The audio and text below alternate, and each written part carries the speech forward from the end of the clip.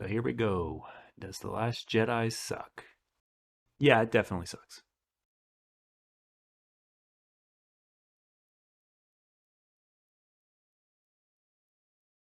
So I'm not a member of the starting generation of Star Wars fans, but having been shown the original trilogy at a young age, I consider myself as having grown up with it, and its effect on the way I view media is palpable. I love the cinematography, the design, the philosophy, and by God, the music. I mean, if you're ever feeling a bit lazy, you can just pop on that asteroid belt music and you'll get twice the blood pumping through your veins. However, I would not describe myself as a Star Wars superfan. I had no idea about Han Solo's dice. I mean, look at him up there. I never saw that shit. And I don't remember every ship name. And I know that the movies are not flawless, though I think generally, if you like movies, there's a good chance that you're going to have fun with them. A lot of time has passed since the original trilogy. The franchise has a different owner, a new generation of production staff, many of whom grew up as fans, and the stories are entirely new. I was very hopeful when I heard about the 7, 8, and 9 trilogy, but after seeing The Force Awakens, I was a bit confused about the direction the series was headed in. George Lucas once said that Star Wars was like poetry, it rhymes. And The Force Awakens sure did rhyme with A New Hope. It felt eerily similar, except for the speedy way it handled the Force. But it was also a new beginning, so it made sense to give the people that one quick hit of Star Wars action with a new cast before moving into new territory. I had felt like Star Wars could use some changes for a while, and kept hearing news about how The Last Jedi was supposed to bring new ideas to the table. It was honestly something I was looking forward to. Sadly, a fresh perspective can be difficult to develop, and what we got was a messy script with cringy dialogue, awkward humor, nonsensical characters, and familiar plot beats. Let me be very clear. The Last Jedi is not just a bad Star Wars movie. It is a bad movie in general. And I know the production staff and the actors put a lot of time and effort into the movie, but sometimes we all make a stinker and we have to learn from it and move on. So what's so bad about it? I think the best way to showcase some of its general faults is by following just one of the interweaving plots, Poe Dameron's. Oh yeah, and I'll be calling the First Order the Empire just to keep things shorter. And if you don't know the Empire, they're the bad guys. So even though the Empire had this happen to them at the end of The Force Awakens, they're still on top, just like in The Empire Strikes Back. And guess what? They found the rebel base and are attacking the rebels who are forced to evacuate. No speeder battles this time, though, at least for now. We start by seeing Poe coming out to fight the invasion force alone, but with a plan. And this is where we're introduced to a pretty consistent pattern throughout this movie. There's a pretty big disconnect between some characters' motivations and their actual actions. Poe's plan is to try to talk with General Hux and derail him by pretending like he can't hear Hux to buy time. But Hux is a character that blew up 5 planets in the last movie with almost no warning. He's someone who just showed up to kill all of them and knows they're even trying to escape. I mean, he knows he's on the clock. So why would this work? I kind of feel like I'm watching an Austin Powers movie all of a sudden. Wipe your filth from the galaxy! Okay, I'll hold. Moving on, Poe then sees a dreadnought. And even though Leia disagrees, and let's remember Leia's the boss, and they're in the middle of an evacuation, Poe wants to destroy it. And he actually gets a force deployed and paves the way for them by single-handedly attacking the dreadnought. And then the Empire finally deploys its force and it destroys the dumbest fleet of bombers I've ever seen. This is just a small detail, but does it seem like everybody's explaining a lot more in this movie? Is it just me? That puny ship is too small and not trying to penetrate our armor. Get out of clearing out our surface cannons.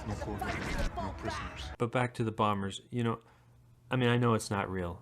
I know it's just a movie, and maybe it's just directed for kids. But with all the other designs we've seen in the franchise, or with Poe's or anybody's supposed competence as a pilot or a leader, why are these things being used? What? And they drop bombs straight down in space? How? Why? How is she laying on the metal like that? Isn't she exposed to space? What is this Very shit? bad. No, you can fix this. Very You can fix this. Boom! First prize, baby. We're eating steak tonight. All right, I just need to keep breathing. Now these These crappy designs are not why it's a bad movie in general, even though they're really dumb. We're gonna keep moving. So yeah, Poe pretty much gets all of his force killed. So he gets slapped and demoted, which, seems pretty light to me, but okay. All I did was disobey orders and get most of his group killed for maybe a win?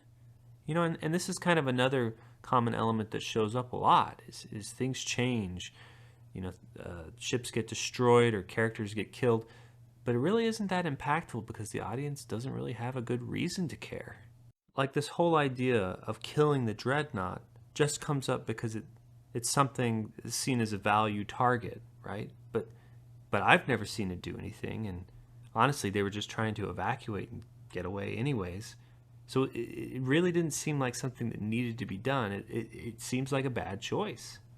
But what does Poe think about this? There must be some kind of toll on his psyche for getting so many people killed for such a seemingly insignificant reason. You start an attack, you follow it through. Nothing. He thinks nothing. Then, the Empire shows up again, but it's the rebels' turn to not launch their fighters. And just a few Empire ships go on a killing spree. They take out all the leaders, but then they're called off because they can't be covered? What? Why? They seem pretty damn effective. In about 1 minute of screen time, they blew up a bunch of shit. So yeah, they're called back. And guess what? The Empire ships, all the big ones, they're too big to catch up. And I mean, Hux says it all right here. What is the point of all this if we can't blow up 3 tiny cruisers? And yeah, Hux, that's a great question. You're in charge. You've been in charge. Why is your fleet so shitty? If big ships can't keep up, why are you building ships so damn big? Why did you recall the small ships? I'm finding it kind of difficult to believe who this person is within the context of the story right now. Now the movie is a waiting game. It's all about fuel, and with Leia out of commission, a new character, Holdo, is the leader.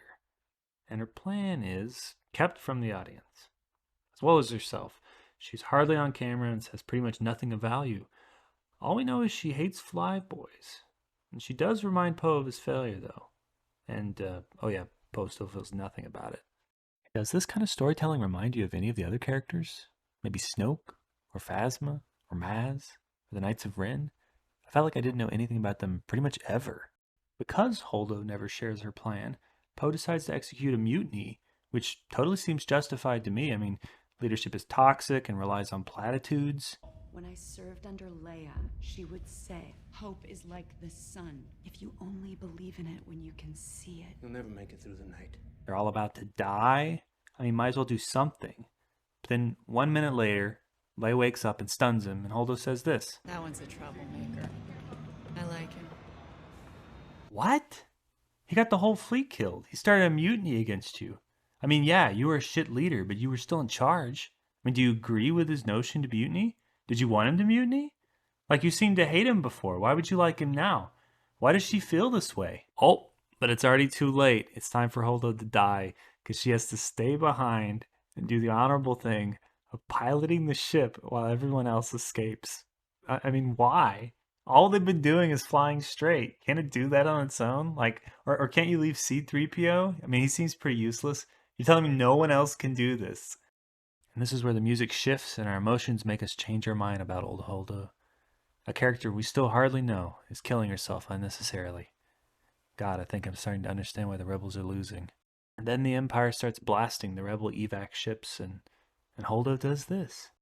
Interesting, right? I mean, it seems pretty effective. It's strange that no one throughout time has thought of ways to weaponize something like this.